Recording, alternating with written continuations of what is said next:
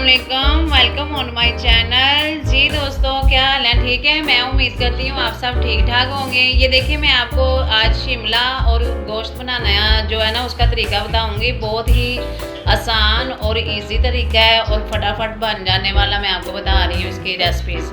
तो ये देखिए, सबसे पहले हम लोगों ने गोश्त लेना है। ये तकरीबन 1.5 किलो गोश्त है और शिमला जो है वो हम लोगों ने ली है वो आधा किलो है।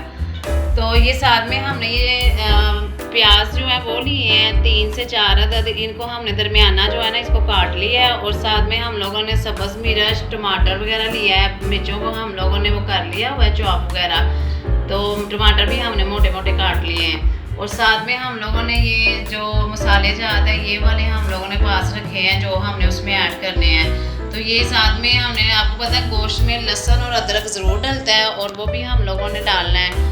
तो चलें हम लोग शुरू करते हैं और मैं आपको बताती हूँ कैसे क्या करना है और क्या नहीं। ये देखिए दोस्तों, हमने ऑयल जो है ये कढ़ाई में डाल के गरम कर लिया और इसमें हम लोगों ने ये देखिए जोन से ये काटे हुए थे ना दरमियाने साइज़ के प्याज, उसको हम इसमें डालेंगे और ये देखिए इसको हम लोग ना हल्का फ्राई कर लेंगे। तो मैं आगे से मज़ीद आपको बताती जाती हूँ। दोस्तों ये देखिए, आगे से आप देख रहे होंगे ये जो प्याज है ये बिल्कुल श्रिंक होना शुरू हो गया। इसका जब पानी बिल्कुल ख़त्म हो जाएगा कि आप लोगों को लगेगा ये पहले से जो से है ना सॉफ्ट हो गए हैं, तो फिर इसमें ये देखिए हम लोग ये जो गोश्त है ये ऐड करेंगे।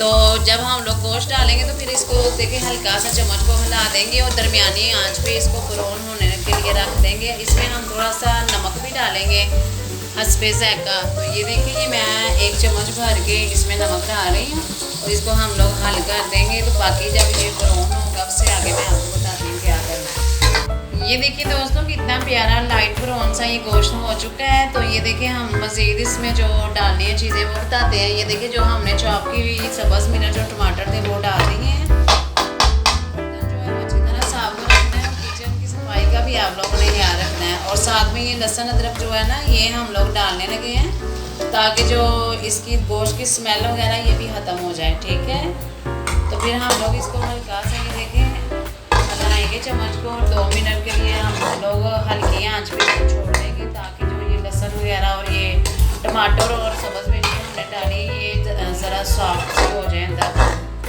दोस्तों कितना खूबसूरत ये देखिए कलर आ चुका है और ये देखिए टमाटर और सब्ज़ मिर्चें जो हमसे ये भी सॉफ्ट हो चुकी हैं। तो इसमें मज़ीद हम लोगों ने जो ऐड करना है वो हमारे पास सबसे पहले तो हम लोग इसमें डालेंगे ये हल्दी 1 चम्मच। उसके बाद मिर्चें डालेंगे हम लोग, ये हम लोग 1.5 चम्मच डालेंगे।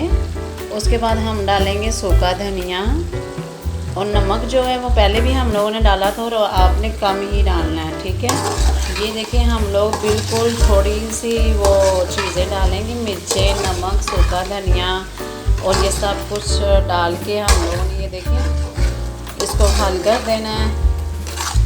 ठीक है, इसको हम लोग थोड़ी देर के लिए ये अब भूनेंगे। ये जो अंदर हम लोगों ने हल्दी, मिर्चें और सूखा धनिया और नमक वगैरह सब कुछ डाला है ताकि वो जो है ना इसके अंदर जज़ब हो जाए गोश्त के अंदर। और 2 मिनट के लिए हम इसके ऊपर ढकना लगा देंगे। ये देखिए हमने इसके ऊपर ढकना लगा देना है। ये 5 मिनट के बाद ये हल्की आंच पे हम लोग छोड़ देंगे। उसके बाद हम इसको हल करेंगे और फिर उसमें आपको पता है शिमला मिर्चें हम ऐड करके भूनेंगे। तो फिर हम लोग इसको दम लगा देंगे। तो मैं आगे से मज़ीद आपको बताती जाती हूँ। तो आपने मुझे अपनी दुआओं में याद रखना है और कमेंट्स में ज़रूर बताना है कि आप किस तरह शिमला और गोश्त बनाते हैं। तो जिस तरह मैं बना रही हूँ इस तरह भी बना के देखिएगा, बहुत ज़्यादा मज़ा आता है। ये देखिए दोस्तों, कितना ज़बरदस्त साला लग रहा है। ये देखिए इतनी ज़्यादा नफीस इसकी वो कलर शेप आई है। और ये देखिए हम लोग इसको अब एक प्लेट में डालने लगे हैं। इसको मैं डिश आउट करती हूँ, फिर देखना आप लोग मुझे कमेंट्स में ज़रूर बताइएगा कि आप लोगों को किस तरह की पसंद है शिमला और किस तरह की नहीं। तो ये देखिए कितनी ज़्यादा नफीस माशाल्लाह से लग रही हैं और ये भून के बहुत ही ज़्यादा अच्छी लग रही हैं। तो आप भी इस तरह बनाइएगा और मुझे कमेंट्स में ज़रूर बताइएगा। अपना ख्याल रखिएगा, मुझे दुआओं में याद रखिएगा। ये देखिए कितनी प्यारी लग रही हैं। तो आप अपने मेरे लिए ढेरों दुआओं में मुझे याद रखिएगा। अल्लाह हाफिज़।